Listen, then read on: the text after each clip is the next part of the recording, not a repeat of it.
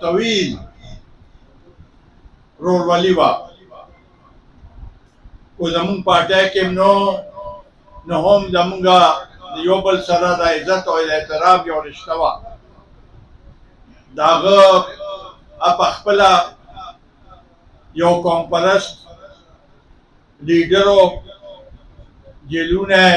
تیر کړي وو صرف د صوابه کې د هغه پہچان نو بلکې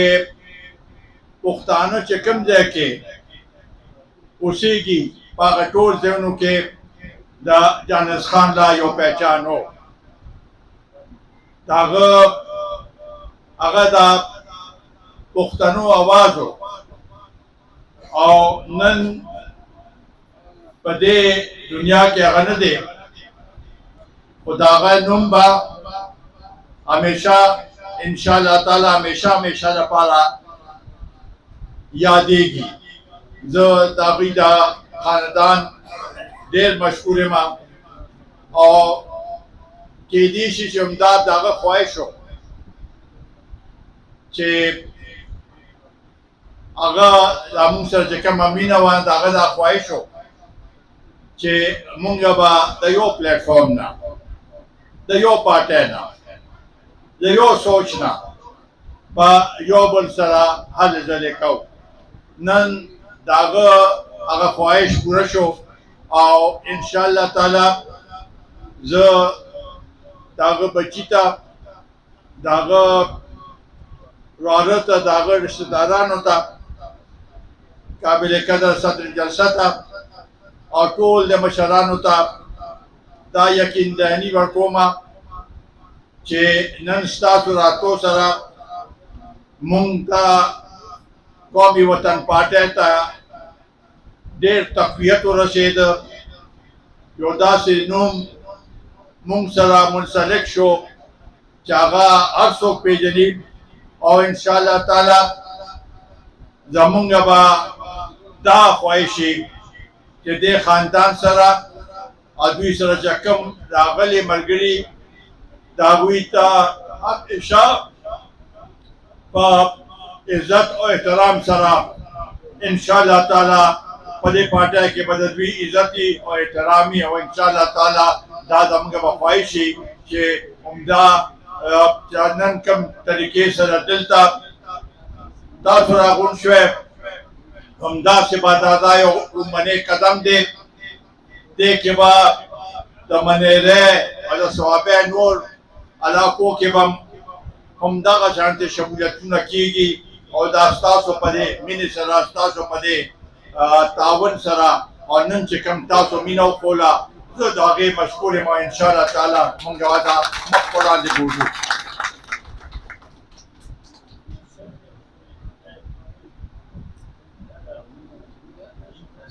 درنو مسعود جبار صاحب یو خبره کېښوده مخامخ دا نن د ملک کې چې کوم صورتحال دی یو د بې یقینۍ صورتحال دی سیاسی کشمکش دی اقتصادي حالات رست و رضا بجای دی چې ښه کېږي خرابېږي د لا این آرډر دا کوم امن و امان صورتحال چې دی هغه دلته دی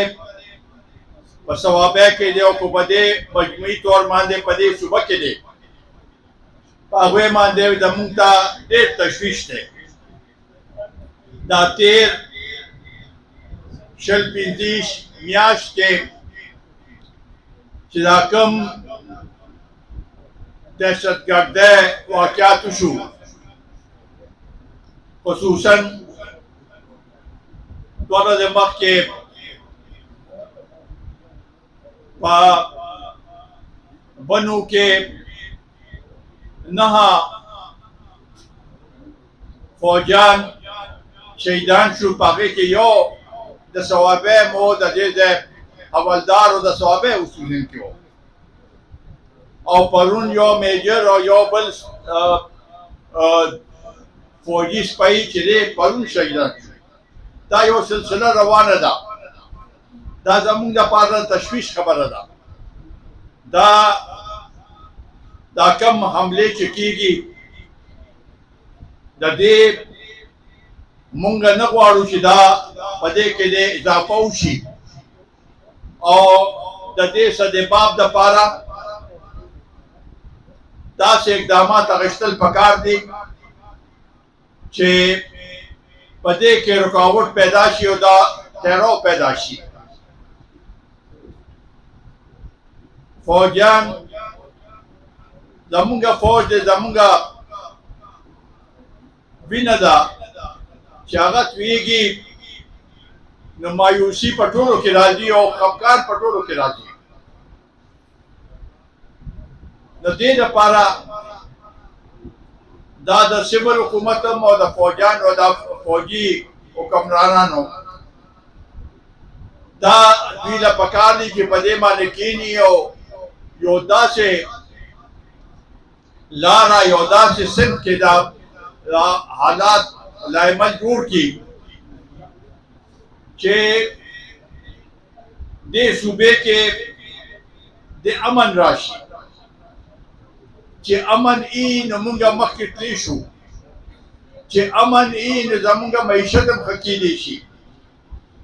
او چې امن نه نو معیشت هم مخ پر وړاندې نشي تللی. او تاسو ولیدل چې دا کوم صورتحال د معیشت په لحاظ سره په دې ملک کې نن روان دی، نو هر یو سړی، هر یو باعزته سړی، هر یو محنتکش، هر یو مزدور، هر یو تنخواهدار ټول په دې باندې تشویش کې دي، ځکه چې دا ګراني دومره زیاته شوې ده چې د هغوی د برداشت نه بار ده. تاسو ولیدل چې نن په ټول ملک کې جلوسونه دي، هړتالونه دي په ټول ملک کې. نن هم په یجام هړتال و.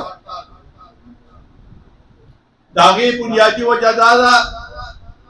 چې د بجلۍ په قیمتونو کې چې دا کم بې تحاشه هغې کې یې اضافه وکړه.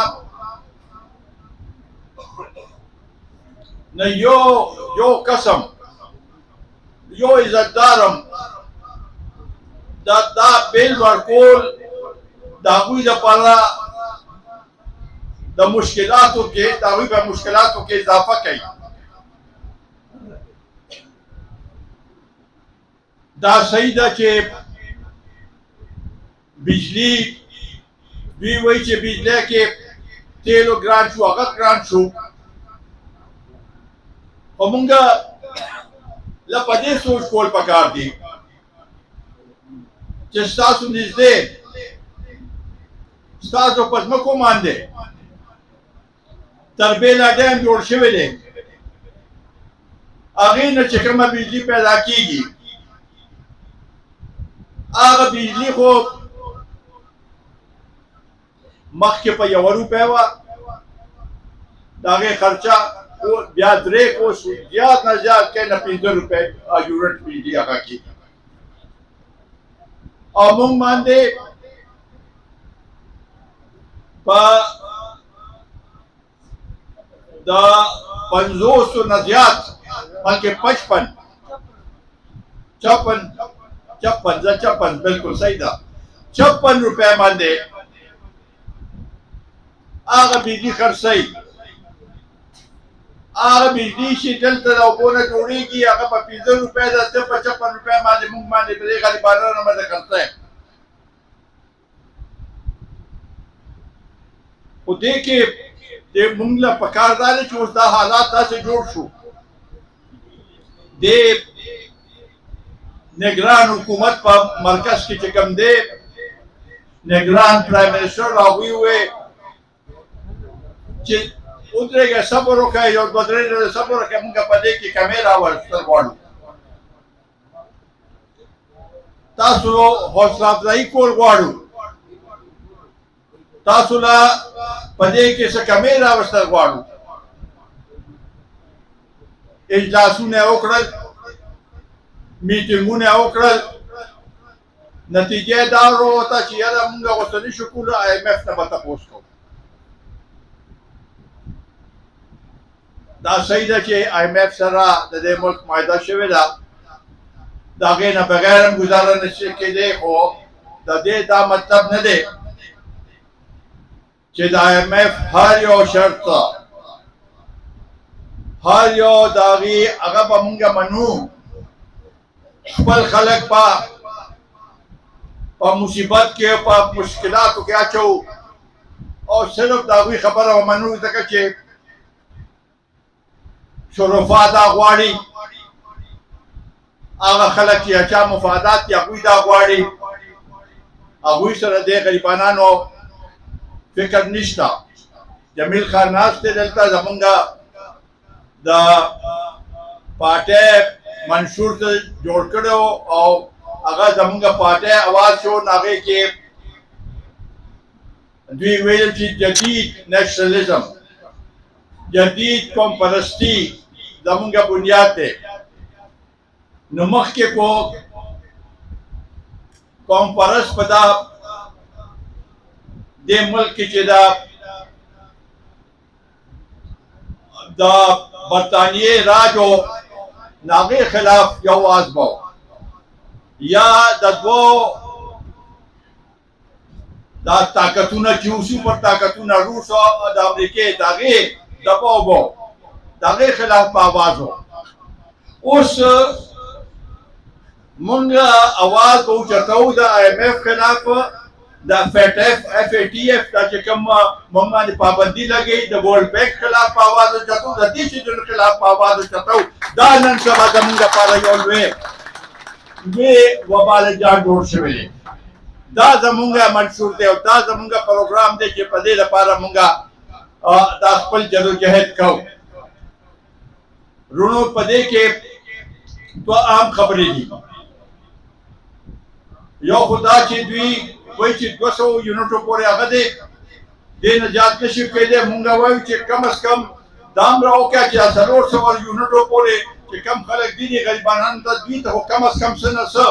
هغه ورکړئ څه انصاف دوی سره وکړئ دوی له څه ورکړئ دویم خبره دې بل کې چې دا نور ټیکسونه دي په هغه انکم ټیکس پکې اچولی دی په هغه پکې د ټلویزیون بل اچولی دی په هغې کې د ریډیو بل اچولی دی نه دا د دې بل سره څه تعلق دی یو غریب به هغه کره به ټلویزیون نه ریډیو به نه د هغه نه ته څه غواړې خو د دې نه لویه خبره دا ده چې تیر حکومتونو کې زه نوم نه اخلم د ملک د بیله بحرانو نو داسې معاهدې وشوې چې هغې ته وایي IPP انډیپینډنټ پاور پلانټ معاهدې هغه سرمایه کارو سره وشوې او هغوی له په ډالرو کې هغوی له پیسې معاهده کې دا ده چې ډالر کې به پیسې ورکوي د عام صارفین په دې کې خیال نه دی ساتلی شوی هغه کم چې چا دې کې هغه اچولی وو چا دلته لګول دا پلانټونه نو هغوی ته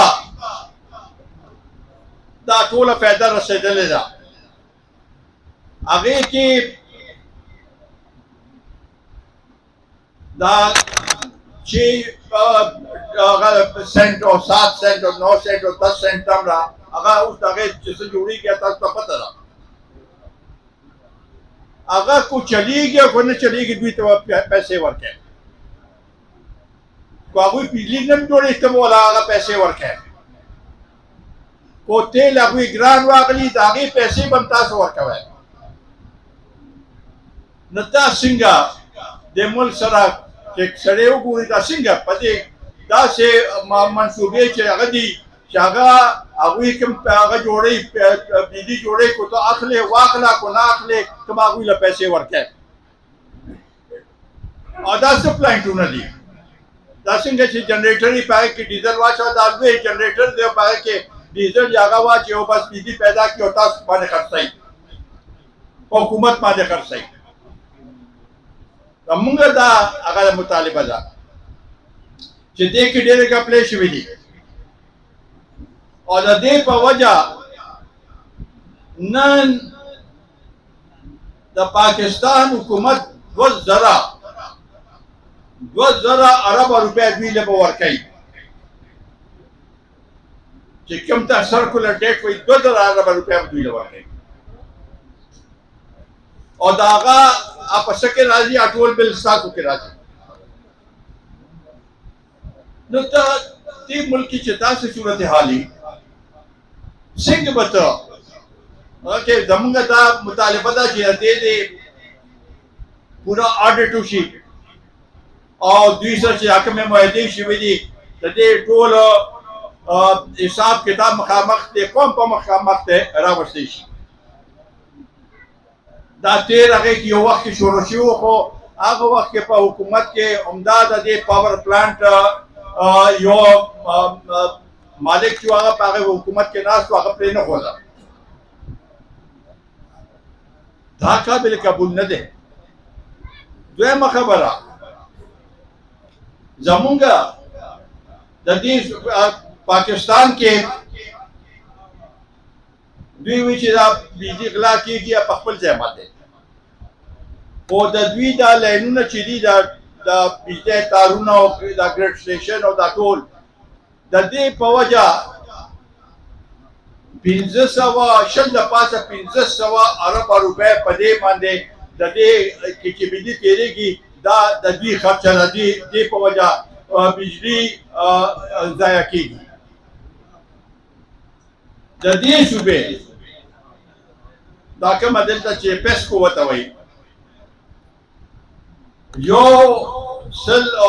150 ارب روپے دوی ضایع کوي یعنی 37.4% چې دوی د دې په وجه دا بجلي ضایع کېږي 37.4%. نو تاسو په موږ باندې هغه لګوئ پکار دا دی چې د وخت د خپل سیسټم ټیک کړی وي پکار دا دی چې دلته تاسو بجلي رام شي او یو منټ پس لاړ شي او ټرانسفارمر هغه شي بیا په خپلو پیسو جوړوئ دا آخر د کوم دی انصاف دی خو دا سیسټم ټیک وي خلکو به بیلونه ورکول خلکو به وایي چې اوس خو وولټیج پکې نشته نو دا رونو دا ډېر هغه دي موږ غواړو چې ډېر تحقیقاتو چې کمیشن دی جوړ شي د لپاره چې چا دې کې کوتاهي کړې ده په واقعه کې چې هغوی خلاف دې ایکشن واخیستی شي او دې قوم ته دې وښیي چې دا صورتحال دی دا سلسله به همدغه شانتې چلیږي دا چې کوم طریقې موږ نه غواړو دا اوس هم چې خلک روتې دی سیاسي پارټو دا خلک نه دي روکې په خپله روتې دي تکلیف دی ورته ډالر دا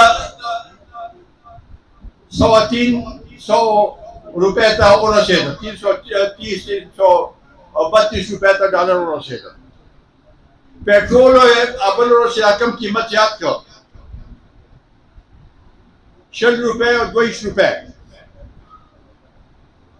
او دا کم طریقې سره چې دوی د پټرول دا قیمت زیاتوي نن سبا خو یو غریب سړی کو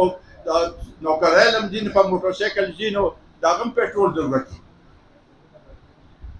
دې سره د رکشې قیمت زیاتېږي د چمچي قیمت زیاتېږي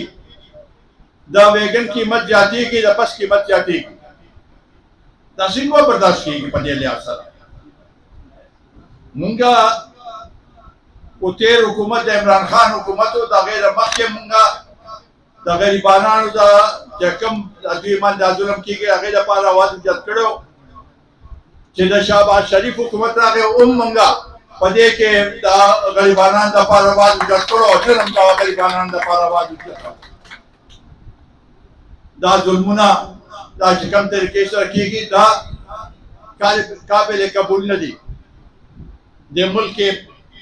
دا کوم صورتحال چې سیاسي جوړ دی دا تاسو وګورئ نو خو دا سیاسي کشمکش دی یا د بې یقینۍ صورتحال دی. نو دا هم یو شخص دی چې هغه جوړ کړو. تاسو ته پته په تېر الیکشن کې همدې صوابۍ زما په خیال کو غلط نه منه ټول سیټونه تحریک انصاف ګټلو. ټول ګټلو. داسې په دې صوبې کې 2/3 اکثریت ورته میلاو شوی و. خو په صحیح معنو کې دوی ته اکثریت میلاو شوی، موږ ته څه اعتراض نه و. بیا د عوامو هغه وه فیصله وه. خو دې کې دا کوم طریقې سره چې د الیکشن په ورځ هغه RTS خراب شو، د هغې نه مخکې چې کومه فضا دوی جوړه کړې وه همدې اسټبلیشمنټ او وی چې عمران خان موږ راولو ځکه چې عمران خان په ملک بچ کي او دا هغې نه مخکې چې کوم حکومتونه چې دوی خو هېڅ نه کوي او عمران خان به بچ کي. اوس هغوی هم ستومانه دي. نه دا حکومت چې کوم د عوامو په منشا باندې نه د چا په منشا باندې په زور راغلی و هغوی خو ستاسو خدمت نشي کولی په هېڅ صورت کې او نه یې وکړه. کومې وعدې چې کړې وې دا مړه نوکري 1 کروڑ به نوکري کومه 50 ټکه به کورونه کومه او معیشت په دا کوم 200 ارب ډالر راشي او دا ملک په داسې شي او هغې نه پس یا کوم طریقې سره هغه دروغ وایي. تاسو په خپله مشرانو سوچ وکړئ چې د ملک یو مشر روز او شپه دروغ وایي، په هر یو خبره کې دروغ وایي، خلک دوکه کوي، نوجوانان یې دوکه کړل، نوجوانان په داسې سمت کې په داسې غلطه لارې باندې روان کړل چې نن اوس هغوی کابو کول هم اسان کار نه دی. نن بچې چې دی د مور او پلار خبره نه مني. وینا موږ لپاره عمران خان دی دا مړه دروغ ووایي چې یو کاغذ د قوم ته وښو چې امریکا زما خلاف هغه کوي، یو زه امریکې خلاف جنګ کوم ته زه نوجوانان خو وایي چې هو د امریکې خلاف جنګ کوي نو زموږ ورسره وایو هم دروغ وختله. نو هغه خپل اقتدار دپاره چې دا کوم صورتحال جوړ کړی دی هغه د حکومت هم لرې شوی دی، نو آئیني طریقې سره لرې شوی دی، غیر آئیني طریقې سره نه لرې شوی، غلطه طریقې سره نه لرې شوی، په صحیح طریقې سره لرې شوی دی. هغې نه پس چې هغه شروع کړل. اوس چې کیسونه پرې راغلل هغه خو مخکې وی چې نواز شریف چور ہے زرداری چور ہے چې د کیسونه راووتل نو اوس وایي چې نه دا غلط دي او په کومه ورځ چې ګرفتارونه داسې د ملک حالات جوړ کړو دا یو منصوبه بندۍ تحت فوجي تنصیبات باندې حمله کول، د کور کمانډر کور سوځول، جیسکو باندې حمله کول، دا ټول چې تاسو ګورئ زمونږ د ملک د بادشاه قربانۍ ورکړي دي شهیدان د هغوی مجسمې چې هغوی هغه چوکونو هغه تباه کول. دا خو یو ملک کې داسې نه کېږي. ده په خپلې غلطۍ کړي دي.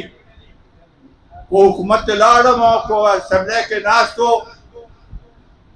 کیدای شي دوباره بیا به خپل هغې ته رسېدلې وی. اسمبلی یې پرېښوده، دلته حکومت پرېښوده، پنجاب کې حکومت پرېښوده اوس وایي چې ما ته زیاتې شوې تاسو څه زیاتې شوې دي دا سلسله په دغه شانتې نه چلېږي مونږ دې لپاره دا غواړو چې د ملک کې د منصفانه انتخابات وشي آزادانه منصفانه انتخابات وشي چې هر یو سړی د خپل ووټ په صحیح معنو کې په بیلټ بکس کې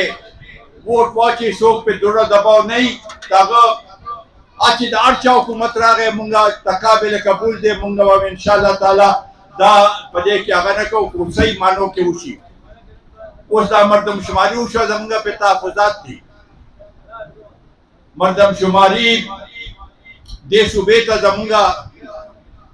د هغې په وجه زمونږ وسایلو کې کمې راغی